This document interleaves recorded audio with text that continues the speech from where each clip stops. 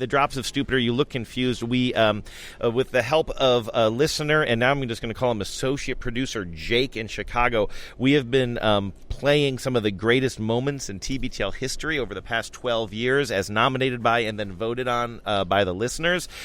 Jake has been coordinating this. We started with 32 clips of tape. We are down to 2 of them.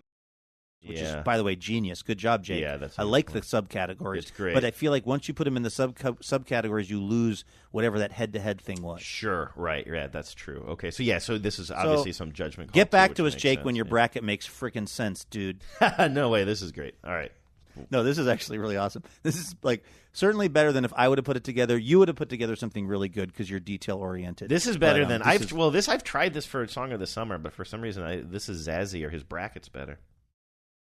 Today, we are in the Northwest section of the bracket. Again, big thanks to listener Jake in Chicago for putting this together. Amazing. It was a totally genius idea. And I'm with you, Andrew. I love the way that he actually organized these. Because today's section is what? What's the organizing principle? So you're doing the top left corner. So this is Kids and Animals, drops of children or of something related to animals. Too little, too late, though. We got to talk about these wildlife shots.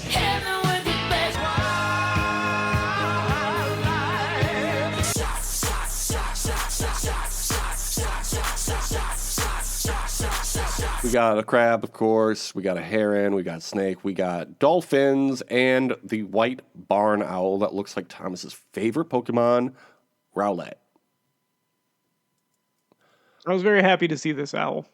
It was a big close-up, and I went, ooh. The white barn owl, which land masses can they be found on? Can they be found in Asia? Yes, as well as... We did not cast Aunt Jemima on our food fight for obvious reasons, but we did have quite the 2 tribes here cast this week. In a season we're calling Survivor Food Fight. First tribe is food mascots.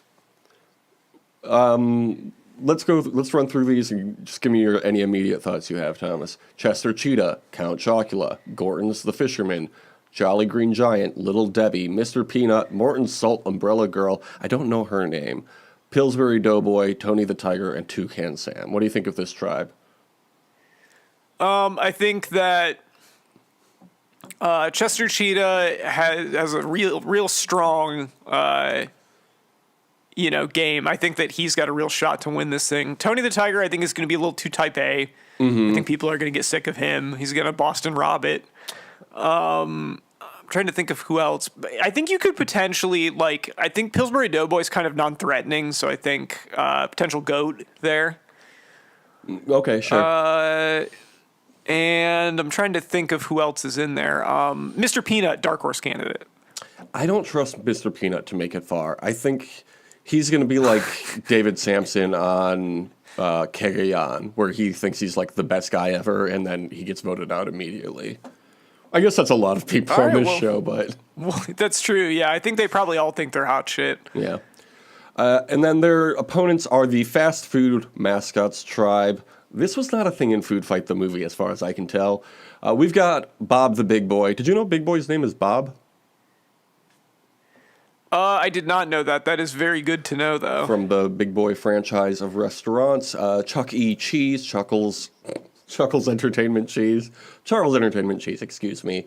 Colonel Sanders, Little Caesar, the Quiznos Sponge Monkey, the Taco Bell Chihuahua, the Burger King, the Hamburglar, the Noid from Domino's, and Wendy's from Wendy's. It's just the one Wendy. What do you think of this tribe? Who stands out here? Can you go through them again real quick? I did go very fast. Big Boy from Big Boy. Charles Entertainment Cheese from Chuck E. Cheese. Colonel Sanders from KFC. Little Caesar from Little Caesars. The Sponge Monkey from Quiznos. The Chihuahua, Gidget is her name, from Taco Bell. The Burger King from Burger King. The Hamburglar from McDonald's. The Noid from Domino's. And Wendy from Wendy's. Okay, I think that the Hamburglar is going to be like the season villain. Yeah. The Noid, I think, is going to be too annoying and will get voted off very quickly. People will understandably want to avoid him. Avoid the Noid. And then I'm trying to think of who else is in here. King, I think he's going to play a subtle game, and I think he'll probably be pretty strong in challenges. And I think that the Sponge Monkey also people will get annoyed by and vote off. Okay, so last week, going into the finale, you had won 29 points to my 28. You said Charlie would win the reward. He, of course, did not. The reward being Maria's vote. Kenzie did win that reward. You said mimosas. I said eggs. I don't think we saw either of those. Did we? Yeah, did they have a breakfast? I don't think they did.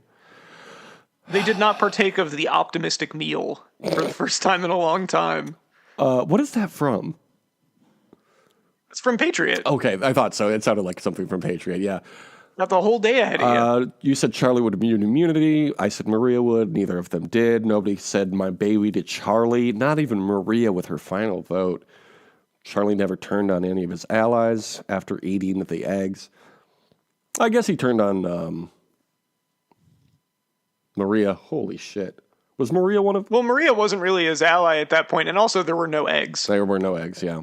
No Red Robin, no Old Spice. Okay, let's see. Here's where the real points come in. You said 5th place would go to Maria. I said Charlie. You were right. We both said Liz would take 4th, so we were both right there. We both said Ben would take 2nd. We were both right. I said Kenzie would take 2nd, and Maria would... You mean 3rd? We both said Ben would take 3rd? Yeah, what did I say? You said 2nd. Yeah, 2nd place loser. No, of course. That very common phrase. You said Charlie would take 2nd, and Kenzie would win, so you got 2 points for that. So even if I did take that point for Charlie turning on Maria, you still won 34 to 31. 32 with that extra point that I'm not going to take. I think this is the first time I've perfectly called the final 5, and I've never been more shocked to be right. Feels good, right?